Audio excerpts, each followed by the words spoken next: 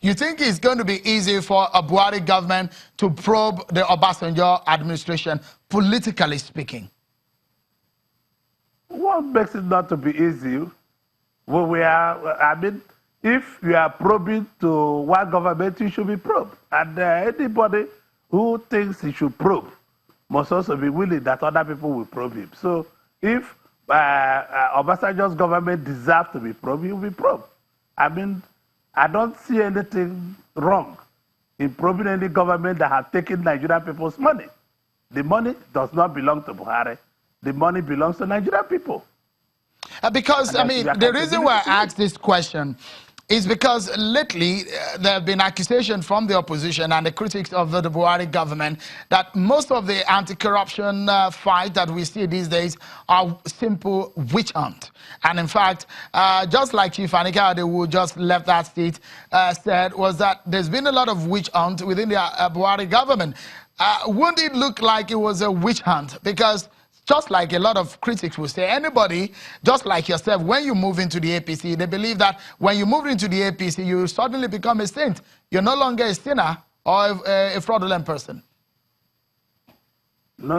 I have never been one. It was President Obasanjo who made me to be one. And I've never been one. I went to Abia to serve my people with all amount of sincerity and purpose. Even the PDP, President Obasanjo run as president. You know that if it's a company, I myself and few others will own 90% of it. I gave them the first 500 million in 1998, and I gave him the first 100 million to stand as a candidate in 1998. So calling for those who came into power with 20,000 naira, who are having mansions today, who are having all kinds of things today, who are billionaires today, I mean, it's unacceptable by me. And moreover, mind you, it will look like a witch hunt, some of them, but some of them are not, because it's a preceding government. The government that left power few years back are PDP government. And there are people, they cannot come and probe me as a private businessman when I'm sitting in my house. It's just the class of people leaving the office at that material particular that will be able to face, to answer questions about governance or things that have to do with governance.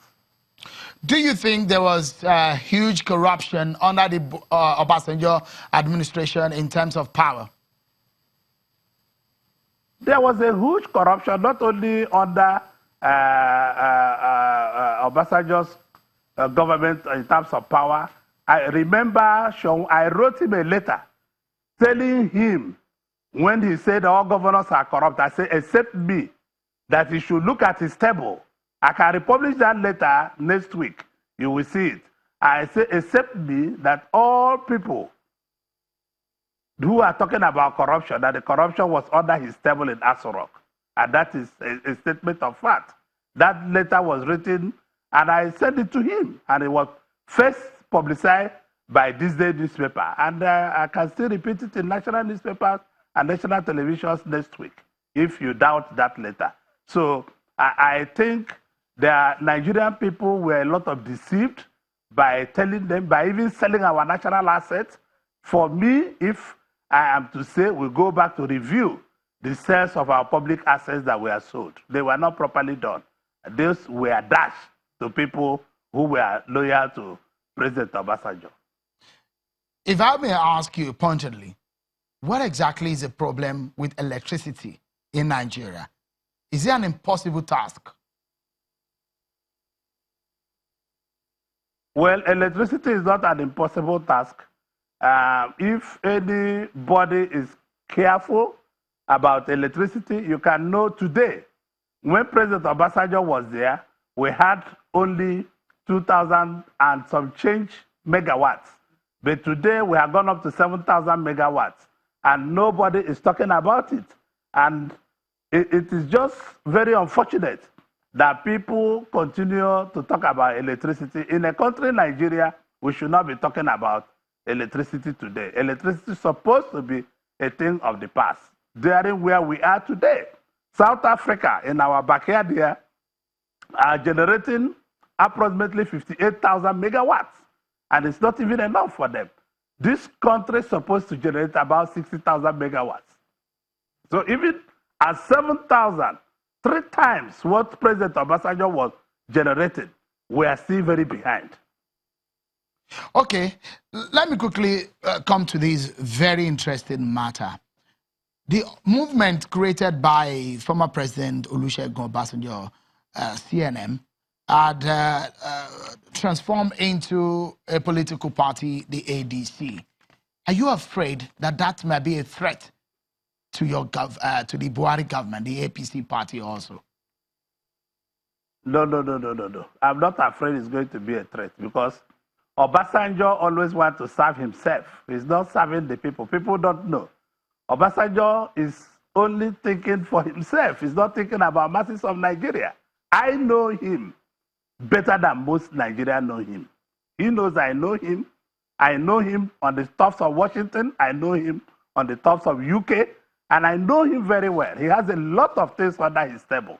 So it's just anything that is not Obasanjo is not good for the country. He just wants everything to be done by him. And I saw a little clip where my friend and my in-law, Fani Kayode, was talking about President Yaradua. That is not a statement of facts. He is not a student of history. He's not keeping the history very well because I know that $16 billion is missing. There was no project done with that money. That money was shared among people who are loyal to Obasanjo. And that is a statement of facts.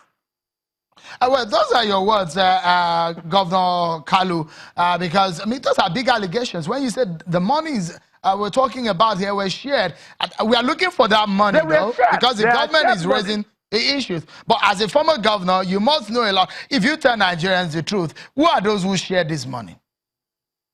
Obasanjo's friends. Count all his friends. It must be in that book. Those that share the money. Right. We take a breather and try to assimilate what you're talking about. But up next on the program, a group to observe a National Day of Mourning in Abuja to remember victims of different attacks. And that's despite a ban by the police and such activities. Our next line of discussion when we return.